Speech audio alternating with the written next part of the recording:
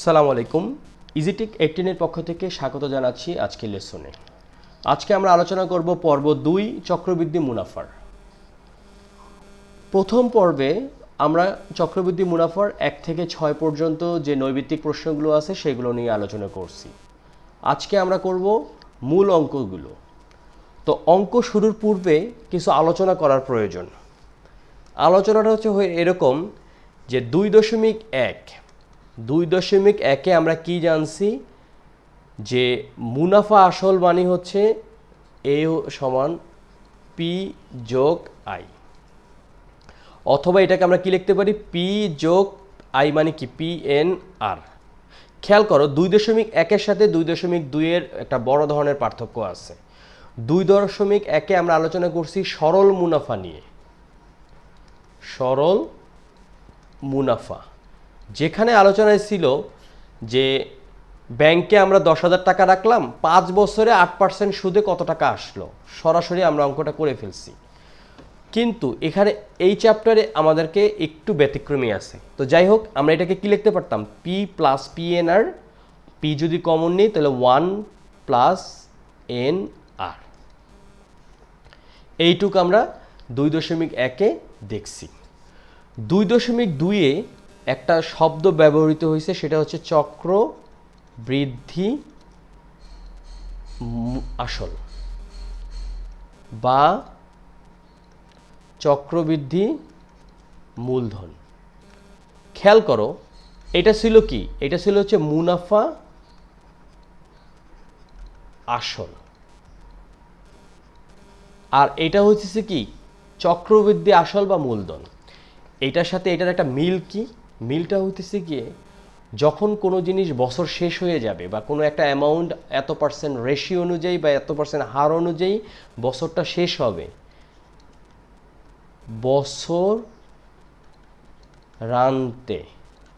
বছরান্তে যে অ্যামাউন্টটা আসবে সেটা হবে হইতেছে গিয়ে দ্বিতীয় বছরের ক্ষেত্রে। খেয়াল করো প্রথম বছরের যে অ্যামাউন্টটা আসবে বা আসলটা হবে সেটা হবে কি দ্বিতীয় বছরের মূলধন। কথাটা বুঝতে পারছো? মানে পি যোগ আই এটা যখন কি হইতেছে মুনাফা আসল হচ্ছে, দ্বিতীয় বছরের ক্ষেত্রে সেটা হয়ে যাবে জাস্ট আসল। তৃতীয় বছরের ক্ষেত্রে কি হবে, দ্বিতীয় বছরে যেটা শেষ হয়েছে তৃতীয় বছরে সেটা মূলধন হবে। আমরা যদি এইভাবে একটু পাট করি যে প্রথম বছর, খেয়াল করো প্রথম বছর আমরা কি লিখতে পারি, আমরা যদি একটু ভেঙে লিখি পি যোগ আই। ওকে, পি যোগ আই মানে পি এন আর। খেয়াল করো পি তো পি মানে আসল, আবার এখানে পি এন আর মানে কি আসল, এন মানে কি বছর, বছর বছর কত প্রথম বছর, প্রথম বছর মানে কি 1 ইন্টু আর, আর তো আরই। তো এখানে যদি আমরা কমন নেই তাহলে কি আসতেছে 1 প্লাস আর। এটা কি প্রথম বছরের ক্ষেত্রে শুরুতে কি লাগছে, একটা আসল লাগছে আর হলো মুনাফা লাগছে। এটা হচ্ছে আসল যোগ মুনাফা। দ্বিতীয় বছরের ক্ষেত্রে কি হবে খেয়াল করো, আবার কিন্তু পি যোগ আই চলে আসবে। এখানে পি কি, এখানে পি হলো কি এই যে প্রথম বছরের শেষে যেই অ্যামাউন্টটা আসছে এইটাই হচ্ছে পি। তার মানে কি লিখতে পারি আমরা পি যোগ 1 প্লাস আর যোগ আই ইকুয়ালস টু কি, আই ইকুয়ালস টু হচ্ছে গিয়ে কি পিএনআর। তো আই কি ছিল, আই ছিল হইল গিয়ে এখানেও কিন্তু সেই একই পিএনআর হবে। তো পি আর এন এটা ছিল প্রথম বছরের ক্ষেত্রে, তাহলে আমরা কি লিখতে পারি এখানে পি হইতেছে গিয়ে এই যে 1 প্লাস আর প্রথম বছরের ক্ষেত্রে ইনটু কি আর। কথা বুঝতে পারছো?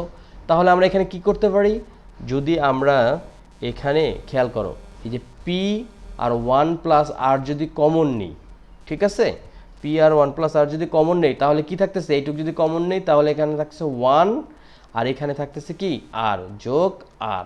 এইটাকে আমরা কি লিখতে পারি পি 1 প্লাস আর স্কোয়ার। খেয়াল করো প্রথম বছরের ক্ষেত্রে হচ্ছে গিয়ে শুধু পি প্লাস 1 প্লাস আর, আর দ্বিতীয় বছরের ক্ষেত্রে কি পি ইন্টু 1 প্লাস আর স্কোয়ার। এইটা কিন্তু আবার কি হবে, এইটা আবার হবে তৃতীয় বছরের কি হবে, তৃতীয় বছরের এটা মুনাফা হয়ে যাবে। তার মানে কি পি যোগ আই, আবার পি যোগ আই, তাহলে কি লিখতে পারি, পি মানে কি, পি মানে হচ্ছে কি পি 1 প্লাস আর স্কোয়ার যোগ আই, আইটা আবার কি আসবে, আইটা হইতেছে কি এই যে এটা তো হলো পি, এই যে পি মানে কি P 1 plus R whole square into আর। খেয়াল করো এই যে প্রথম বছরের ক্ষেত্রে যে সূত্রটা হয়েছিল সেই সূত্র অনুযায়ী পি মানে কি, পি হলো গিয়ে আগের বছরের যেটা মুনাফা আসলে আসছে, মানে P into 1 plus R whole square into আর। আমার মনে হয় তোমরা অঙ্কটা বুঝতেছো না, আমার মনে হচ্ছে তোমরা অঙ্কটা বুঝতেছো না, কারণ তোমরা অপেক্ষায় আছো কখন অনুশীলনীর অঙ্কটা শুরু করা হবে। আগেই আমি বলে রাখি, অঙ্ক তোমরা যদি না বুঝো অনুশীলনীর অঙ্ক দেখা আর একটা গাইড বই কিনে অঙ্ক করা একই কথা, অঙ্ক কিন্তু তোমাদেরকে বুঝতে হবে। তো এটার ক্ষেত্রে কী বলতেছি আমরা, পি 1 প্লাস আর যদি স্কোয়ার কমন নেই তাহলে কি থাকতেছে, এখানে থাকতেছে হচ্ছে কি 1, আর এখানে থাকতেছে কি, এখানে থাকতেছে কি থাকতেছে প্লাস আর, তাই তো, তাই না, নাকি না, এটা না। এর কারণ কি, এখানে P plus 1 plus R whole square যদি কমন নেই তাহলে থাকতেছে এখানে কি, এটার পরিবর্তে 1 আর এই প্লাসটা হবে না। অঙ্ক কখনো মুখস্থ করবা না, এটা প্লাসটা হবে না, খেয়াল করো। এখন এটাকে আমরা কি লিখতে পারি, P into 1 plus R cube. খেয়াল করো প্রথম বছরের ক্ষেত্রে আসছে P 1 plus R to the power কিন্তু কিছুই নাই, কারণ যেহেতু প্রথম বছর। দ্বিতীয় বছরে কি আসছে P 1 plus R whole square, আর তৃতীয় বছরে কি আসছে P 1 plus R whole cube. সেক্ষেত্রে চতুর্থ বছরে কি আসবে P 1 plus R to the power 4। সুতরাং যদি এনতম বছর ধরি আমরা, এনতম বছর সেটা 20 বছরও হতে পারে, 37 বছরও হতে পারে, তাহলে কি লিখতে পারি, P into 1 plus R to the power n. এইটাই হচ্ছে সি ইকুয়ালস টু এইটা সূত্র, এটাই হচ্ছে চক্রবৃদ্ধির মূলধনের সূত্র। আশা করি এইটুক তোমরা বুঝতে পারছো, এটাই হলো চক্রবৃদ্ধির মূলধনের সূত্র। এখন যদি বলে যে মুনাফাটা কি হবে, আমরা তো মূলধনেরটা পাইলাম, খেয়াল করো আমরা যদি লিখি এরকম যে চক্রবৃদ্ধি মূলধন, সেটা কি, সেটা হইতেছে গিয়ে সি মানে কি P into 1 plus R to the power n. এখন যদি বলা হয় যে মুনাফাটা কি, এটা তো চক্রবৃদ্ধি মূলধন, মুনাফা কি হবে, এইটার সাথে জাস্ট প্রথম যে আসলটা ছিল মানে বিয়োগ, এটার বিয়োগ পি, তাহলেই আমাদের মুনাফাটা বের হয়ে যাবে। খেয়াল করো এখানে মুনাফা প্লাস মূলধন আছে, আর এখানে যে মূলধনটা বাদ দিই তাহলে কি বের হয়ে যাবে, আসল মানে চক্রবৃদ্ধি মুনাফাটা বের হয়ে যাবে। তো এইটুক করার পরে আমরা করবো কি, অঙ্কটা করব। অঙ্কটা যদি আমরা করি তাহলে আমাদের বিষয়গুলো আর একটু ক্লিয়ার হয়ে যাবে। খেয়াল করো এখানে কি দেওয়া আছে, বার্ষিক 10%, তার মানে আগেই বলে রাখি যে কি চাইছে আর কি দেওয়া আছে। এখানে দেয়া আছে কি, একটু লিখে নেই আমরা, দেয়া আছে হার, আর সমান কত দেওয়া আছে 10%, ওকে। তারপরে 10% মুনাফা এত টাকার মানে কি আসল, আসল আসল মানে কি পি, এটা কত 8,000 টাকা। সময়, সময়টা কি এন, এন কত 3 বছর। এখন এখানে প্রশ্ন কি, চক্রবৃদ্ধি মূলধন কত, চক্রবৃদ্ধি মূলধন সি সমান কত। এখন আমরা কি জানি, আমরা জানি সি হলো গিয়া P into 1 plus R to the power n, তাই তো। এইটুক কি, এইটুক হচ্ছে কি আমরা জানি। তাহলে এখানে আমরা কি লিখতে পারি, P পি মানে কত? পি মানে হচ্ছে ৮০০০ ইন্টু 1 প্লাস আর কত? আর হচ্ছে 10%, 10%, আর এন হচ্ছে কত? এন হচ্ছে ৩ বছর। তাহলে কি লিখতে পারি আমরা? ৮০০০ ইন্টু 1 প্লাস 10 মানে হচ্ছে গিয়ে 10/100^3। এখন এটাকে যদি আমরা একটু সেগ্রিগেট করি, ৮০০০ এইটা কাটাকাটি করলে 1/10, যদি লসাগু করি তাহলে লসাগুলো 10, 10 একে 10 আর 1 11, ডাইরেক্ট লিখলাম 11^3। ঠিক আছে, এখানে হচ্ছে 10, 11/10^3 ইন্টু 8000, তাহলে 8000 ইন্টু, আমরা কি করতে পারি এখন খেয়াল করো, 11কে যদি আমরা মানে 11 গুণ 11 গুণ 11, তার মানে কত আসতেছে? আসতেছে হচ্ছে গিয়ে 1331। আর 10কে যদি আমরা ঘন করি তাহলে আসতেছে 1000। এটা কাটাকাটি করলে 8, তার মানে কি এটাকে গুণ করলে আসতেছে হচ্ছে গিয়ে, একটু ক্যালকুলেটরে তোমরা চেপে নিবা, 10648। তার মানে কি, যখন ৮০০০ টাকা ব্যাংকে রাখা হলো, ব্যাংক যদি 10% আমাদেরকে মুনাফা দেয়, 3 বছর পরে সেটার মূলধন হয়ে যাবে কত? 10648 টাকা। মূল ব্যাপার হলো কি, এই সূত্রটা আমাদেরকে জানতে হবে। ওকে, এখন চলো 8 নম্বর অঙ্কটা করি। এই অঙ্কটা যদি আমরা ঠিক মতন বুঝি, ঠিক 8 নম্বর অঙ্কটা যদি আমরা ঠিক মতন বুঝি, তাহলে আমাদের আর কোনো টেনশন নাই, আমরা খুব সহজেই অঙ্কটা করে ফেলতে পারবো। এখানে দিচ্ছি কি খেয়াল করো, বার্ষিক শতকরা 10% মুনাফায় ৫০০০ টাকা 3 বছরের সরল মুনাফা ও চক্রবৃদ্ধি মুনাফার পার্থক্য বের করো। খেয়াল করো, সরল মুনাফাটা আমরা শিখছি হচ্ছে গিয়ে 2.1-এ, আর চক্রবৃদ্ধি মুনাফার জাস্ট সূত্রটা আমরা শিখলাম এই মাত্র, সেটা কি 2.2-এ। এখন এই অঙ্কটা করতে গেলে আমাদের বেশ কয়েকটা জিনিস করতে হবে। সেটা হচ্ছে গিয়ে আমাদের প্রথমে বের করতে হবে সরল মুনাফাটা কি। চলো আমরা সরল মুনাফাটা বের করি। তার আগে আমরা দেখি এখানে কি কি দেওয়া আছে। দেয়া আছে হার আর সমান 10%, এটাকে আমরা কি লিখতে পারি? 10/100 বা 1/10 গেল। তারপরে হচ্ছে গিয়ে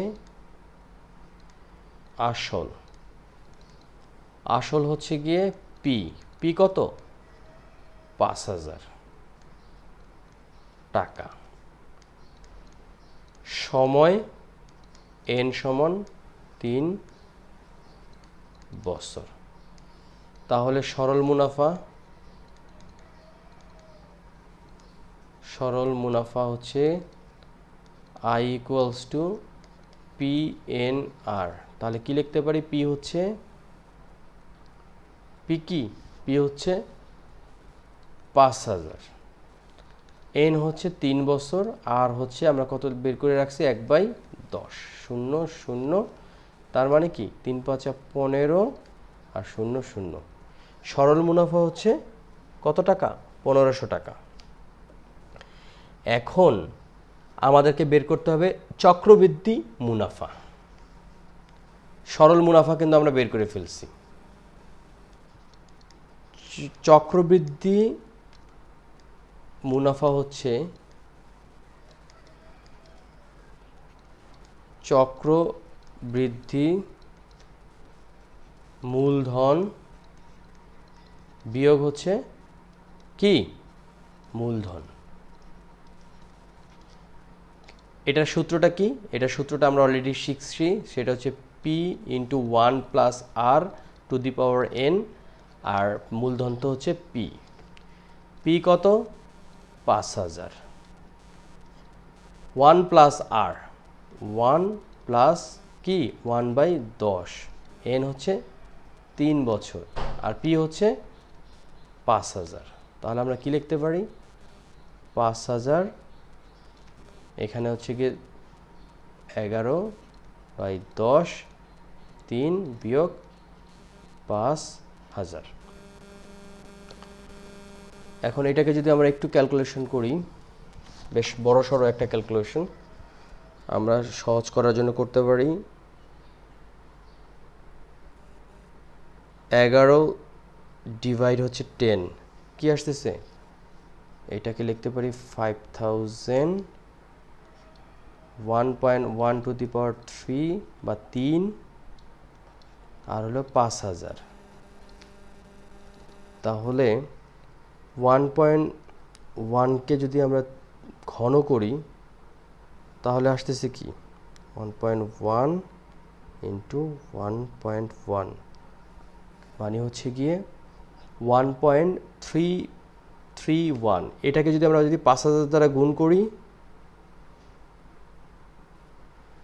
তাহলে আসতেছে 6655 বিয়োগ হচ্ছে 5000 তাহলে কত টাকা আসতেছে 6655 বিয়োগ হচ্ছে 5000 মানে 1655 এই 1655 কি 1655 হচ্ছে চক্রবৃদ্ধি মুনাফা আর আমরা সরল মুনাফা কত পাইছি 1500 টাকা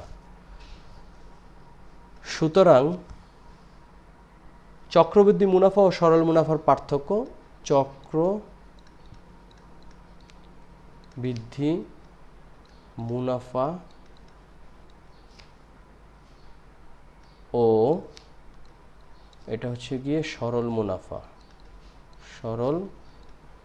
মুনাফার পার্থক্য 1655 বিয়োগ 1500 তাহলে কত আসতেছে 155 টাকা আশা করি এটা তোমরা বুঝতে পারছো চলো 9 নম্বর অঙ্কটা করি কিছু কিছু অঙ্ক আছে দেখতে অনেক বড় এবং করতে করতে সময়ও লাগে বেশি অঙ্কও বড় কিন্তু অঙ্ক মূলত ধরন কিন্তু একই জাস্ট একটু বড় অনেকে বড়র কারণে কনফিউজ হয়ে যায় আচ্ছা আমরা যদি এই অঙ্কটা করি একই হার মুনাফায় কোনো মূলধনের 1 বছর অন্তে চক্রবৃদ্ধি মূলধন হচ্ছে 6500 মানে সি সমান কত 6500 এবং 2 বছর অন্তে চক্রবৃদ্ধির মূলধন হচ্ছে 6760 দ্বিতীয় বছরের ক্ষেত্রে তাহলে মূলধন কত এটার মানে হইতেছে কি আমাদেরকে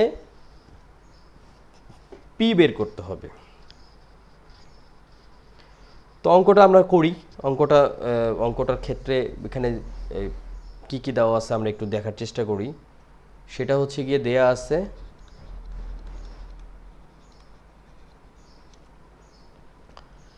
সি সমান হচ্ছে গিয়ে 6500 যখন সময় এন সমান 1 বছর আবার সি টু কেন দিলাম যেহেতু দুইটা দেওয়া আছে মূলধন চক্রবৃদ্ধি মূলধন দেওয়া আছে চক্রবৃদ্ধি মূলধন সি টু আমরা এখানে কত আছে 6760 যখন সময় হচ্ছে এন সমান 2 বছর এখন আমাদেরকে কি বের করতে হবে আসল বা মূলধন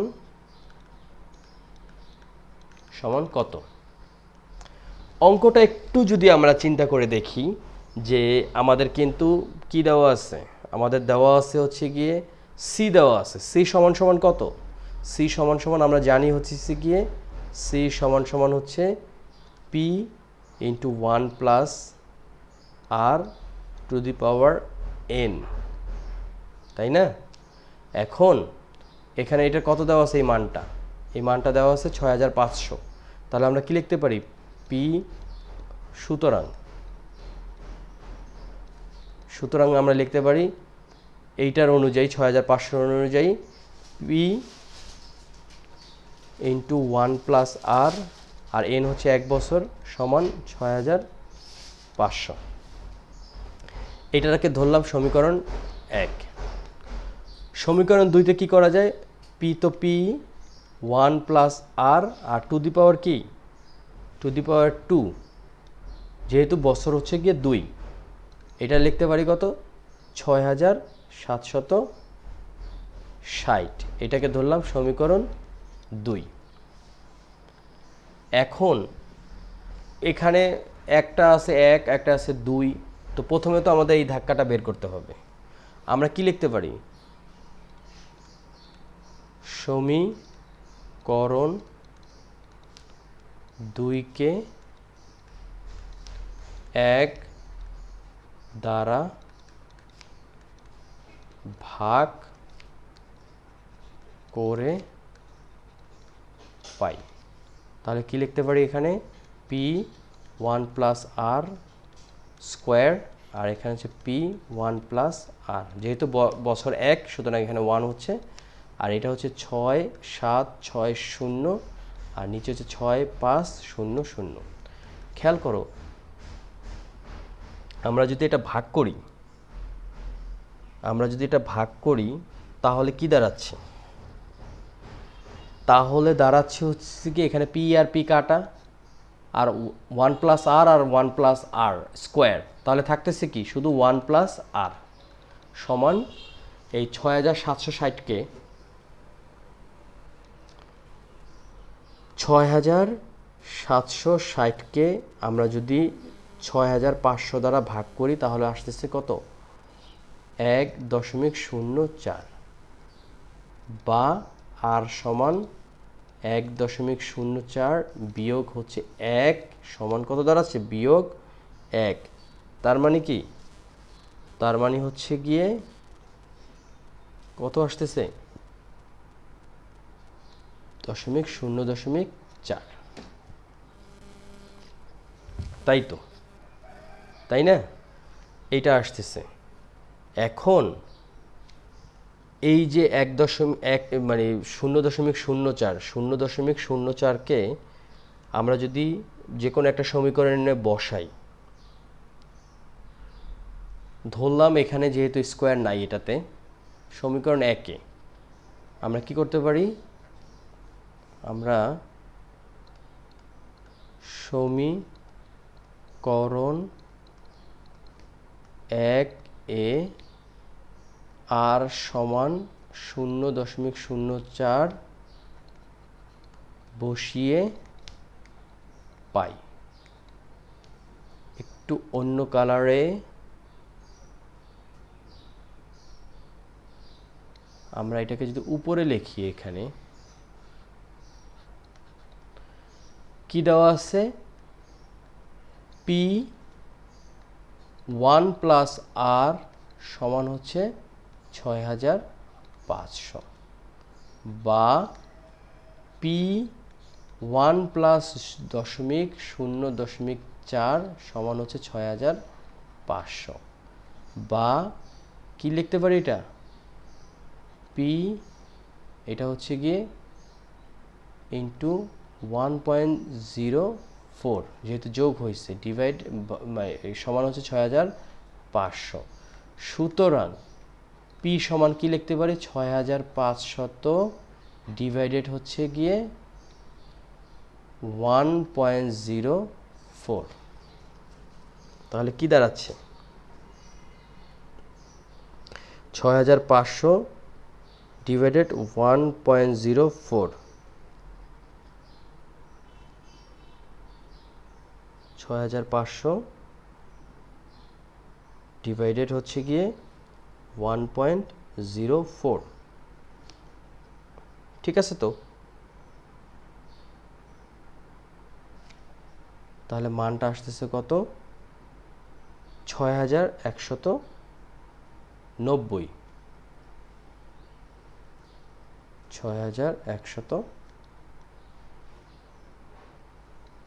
90।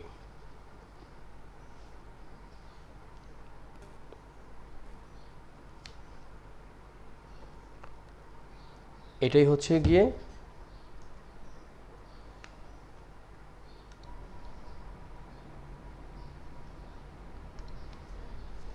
এখন কি মনে হচ্ছে এটা ঠিক আছে?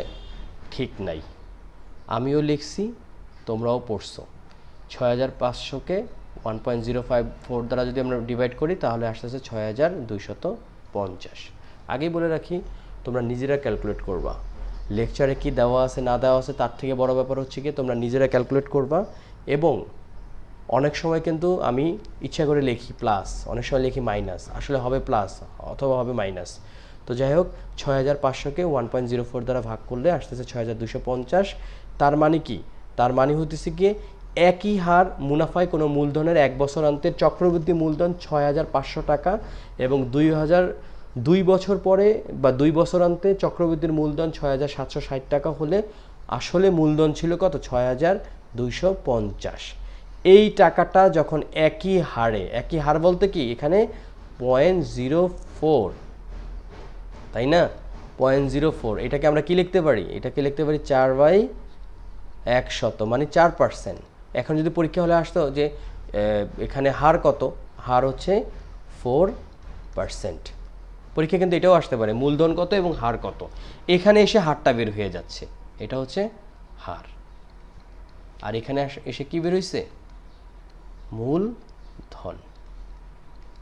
এখন এই অঙ্কটা যখন করবা, প্রথমে হচ্ছে দেওয়া আছে C = 6500 এবং C2 = 6760। তারপরে আর লিখবা হচ্ছে আমরা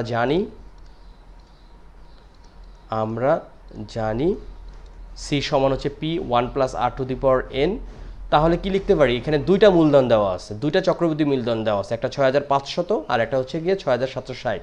তো দুইটাকে দুইটা সমীকরণ নিবা, দুই সমীকরণকে যখন ডিভাইড করবা তখন 1 + R বের হবে।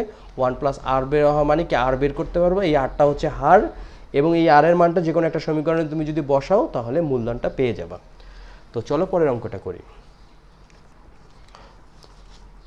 পরের অঙ্কে কি বলছে? পরের অঙ্কে বলছে হচ্ছে গিয়ে বার্ষিক শতকরা 8.50 টাকা চক্রবৃদ্ধির মুনাফায় 10,000 টাকার 2 বছরের সবৃদ্ধি মূল ও চক্রবৃদ্ধি মুনাফা নির্ণয় করো। প্রশ্ন পড়ে অনেকে অনেক কনফিউজ, আসলে এটা কি বলছে এবং কি বের করতে বলছে। একটা জিনিস বলি, এই যে সবৃদ্ধি মূল, এটাই কিন্তু চক্রবৃদ্ধি মূলধন, এটাই হচ্ছে চক্রবৃদ্ধি কি মূলধন। আর একটা আছে কি চক্রবৃদ্ধি মুনাফা। এখন আমাদেরকে বের করতে হবে যে দুটাই বের করতে হবে। যদি দুটাই বের করতে হয় তা প্রথম নাম্বার হচ্ছে কি দেওয়া আছে? আমাদেরকে দেওয়া আছে হচ্ছে গিয়ে দেয়া আছে বার্ষিক হার আর সমান হচ্ছে গিয়ে 8.50%। ওকে, এটাকে যদি আমরা একটু ক্লারিফাই করে রাখি, তার মানে কি 8.50 ডিভাইডেড হচ্ছে 100। তাহলে একটু যদি আমরা ক্লারিফাই করি তাহলে কি লিখতে পারি? এটা একটু করে রাখি কারণ পরবর্তী জিনিসটা লাগে। 8.5 ডিভাইড হচ্ছে গিয়ে 100, তার মানে কি 0.085। এটা হচ্ছে গিয়ে বার্ষিক হার। মুনাফা, তারপরে কি দেওয়া আছে? মূলধন বা আসল। আসল কত দেওয়া আছে? P সমান 10,000 টাকা, সময় N সমান 2 বছর। ওকে, সবৃদ্ধি মূল এটা কত? সবৃদ্ধি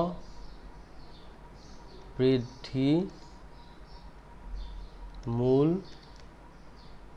হচ্ছে, আমরা কি জানি? আমরা জানি হচ্ছে C সমান P into 1 plus R to the power n. এটা সূত্রটা আমরা জানি। পি হচ্ছে 10,000, ওকে। 1 প্লাস আর হচ্ছে গিয়ে কত বের করে রাখছি আমরা, 0.085, ওকে। টু দি পাওয়ার এন মানে 2 বছর। তাহলে আমরা কি লিখতে পারি, 10,000 ইন্টু, এটাকে যদি আমরা একটু ক্যালকুলেশন করি তাহলে দাঁড়াচ্ছে কত, 1 যোগ 0.085 মানে কি 1.085 ইন্টু হচ্ছে গিয়ে এটাই, ইন্টু 1.085, তাহলে লিখতে পারি কত, 1.177। এটাকে যদি আমরা 10,000 দ্বারা গুণ করি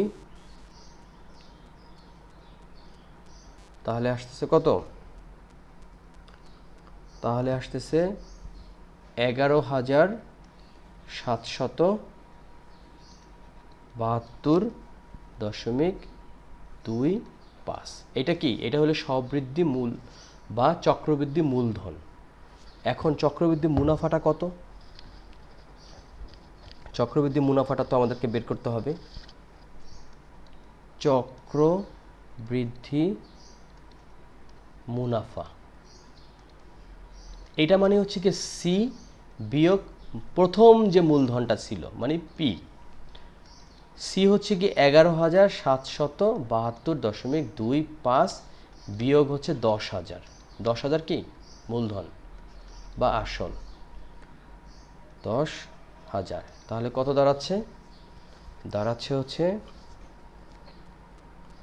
আমরা কি করতে পারি, 11,772.25 বিয়োগ হচ্ছে 10,000 মানে 1,772.25। এইটা হচ্ছে সবৃদ্ধি মূল ও চক্রবৃদ্ধি মুনাফার মান। আশা করি অঙ্কটা তোমরা বুঝতে পারছো। তোমরা যদি বুঝতে না পারো, ইজি টিকেটিং একটি ইউটিউব চ্যানেল,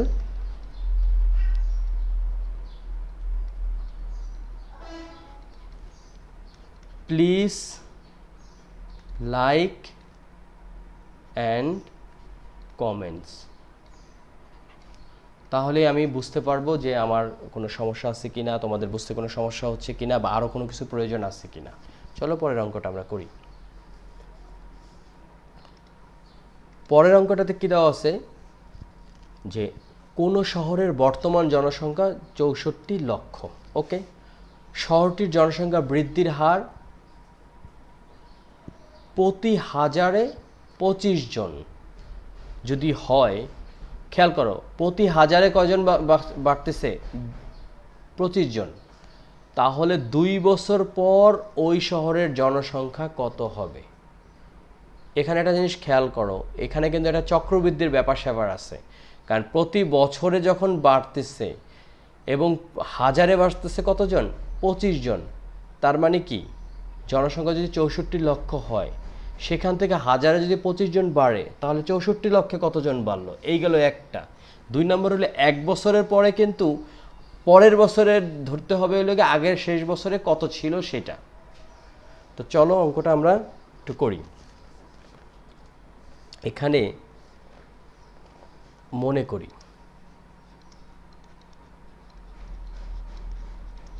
আমরা যদি এই অঙ্কটাকে যদি টাকার মতন করে চিন্তা করি, যে বর্তমান জনসংখ্যা বা এটাকে ধরলাম মূলধন, মানে এরকম যদি একটা চিন্তা ভাবনা করি, তাহলে আমাদের কিন্তু অঙ্কটা বুঝতে সুবিধা হবে।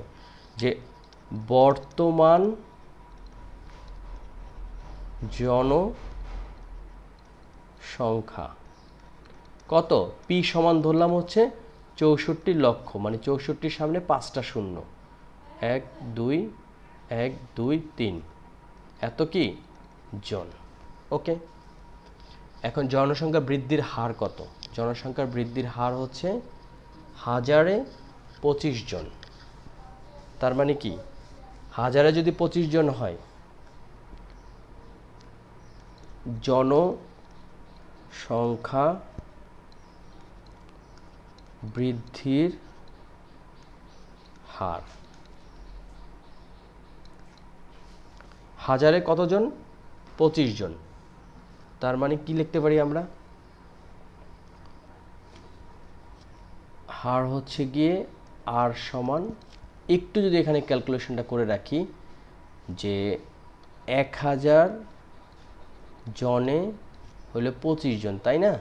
সুতরাং 1 জনে 25 ডিভাইডেড বাই 1000, সুতরাং 100 জনে 25 ইন্টু 100, তাহলে এখানে হচ্ছে 1000। এটা কাটা, এটা কাটা, তার মানে কি আসতেছে? 25%। তাহলে কতজন বাড়তেছে? বাড়তেছে হচ্ছে গিয়ে 25%। এতজন বৃদ্ধি পাচ্ছে কিসে? এতজন বৃদ্ধি পাচ্ছে হচ্ছে হাজারে। এইটাকে আমরা আবার একটু অঙ্কের সুবিধার জন্য করে রাখতে পারি কি 25 ডিভাইডেড 100, তাহলে কত আসতেছে? 25 তো না, 2.5 ডিভাইডেড হচ্ছে গিয়ে 100। তাহলে আমরা কি লিখতে পারি? 0.025, তাই তো? আচ্ছা, এইটা গেল। আমাদের কিন্তু দুইটা জিনিস বের করে ফেললাম, হারও বের করে ফেললাম এবং আমাদের তো মোট জনসংখ্যা কত ছিল বর্তমানে সেটাও বের করে ফেলছি। আর সময় হচ্ছে কি n সমান 2 বছর। এখন আমাদেরকে কি বের করতে হবে? যে জনসংখ্যা বৃদ্ধির ক্ষেত্রে চক্রবৃদ্ধি মূলধনের সূত্রটি প্রযোজ্য হবে, যেটা একটু আগে বলছি যে প্রথম বছরের শেষের যে জনসংখ্যাটা থাকতেছে, দ্বিতীয় বছরে কিন্তু এটা শুরুর জনসংখ্যা ধরতে হবে। তো চক্রবৃদ্ধি সূত্র অনুযায়ী আমরা জানি চক্রবৃদ্ধি মূলধন সূত্রানুযায়ী আমরা জানি C ইকুয়ালস টু কি? P1 plus R two the power n, মানে P হচ্ছে 64 লক্ষ, 1 প্লাস R কি? R হচ্ছে গিয়ে 0.025 two the power n, n মানে হচ্ছে 2 বছর। তাহলে 64 লক্ষ, আর এখানে যদি আমরা এটাকে ক্যালকুলেটরে একটু অঙ্কটা করি, 1 প্লাস 0.25 মানে হচ্ছে 1.025,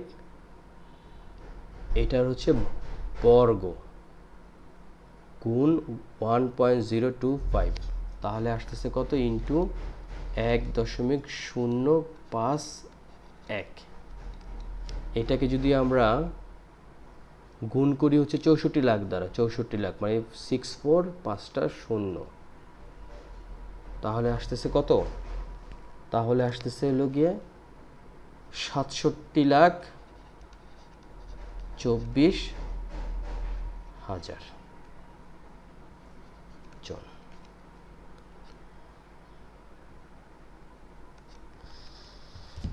এর মানে কি? কোনো শহরে বর্তমান জনসংখ্যা যদি 64 লক্ষ হয় এবং শহরটির জনসংখ্যা বৃদ্ধি প্রতি হাজারে যদি 25 জন হয়, একটু খেয়াল করো, এই 25,000 বাড়তেছে, 25 জন বাড়তেছে প্রতি হাজারে, এটা কিন্তু আমাদের একটু রাফে করে নিতে হবে, তাহলে আমাদের জন্য সুবিধা হবে। সিম্পল জিনিস, 1000 জনে বাড়ে 25 জন, একজনে বাড়ে 25/1000, 100 জনে বাড়ে, একটা ক্যালকুলেশন করার পরে যে পার্সেন্টেজ আসতেছে ওইটাই হচ্ছে গিয়ে জনসংখ্যা বৃদ্ধির বার্ষিক হার, আর সময় হচ্ছে 2 বছর। আর এইটা করতে গেলে আমাদের চক্রবৃদ্ধি মূলধনের যে সূত্রটা আছে সেই সূত্র অনুযায়ী করতে হচ্ছে। সেই সূত্র অনুযায়ী যদি আমরা বসাই তাহলে C equals to P into 1 plus R two the power n, মান বসানোর পরে দেখা যাবে যে মানটা আসতেছে সেটা হচ্ছে ওই সংখ্যার জনসংখ্যা হবে কত বছর পর? 2 বছর পর এত জন। তো আজকের লেকচারটা এই পর্যন্তই শেষ করি। আমরা 11 পর্যন্ত করলাম, পর্ব 3-তে গিয়ে আমরা 12 থেকে শুরু করব। তো 12 করার পরে দেখা যাক এটা কি পর্ব 3 থাকে না পর্ব 4 থাকে, এটা হলো পরের বিষয়। আজকের পর্যন্ত শেষ, পরের অনুশীলনীর বা পরের লেকচারের আমন্ত্রণ জানিয়ে আজকে এই পর্যন্তই বিদায় নিচ্ছি।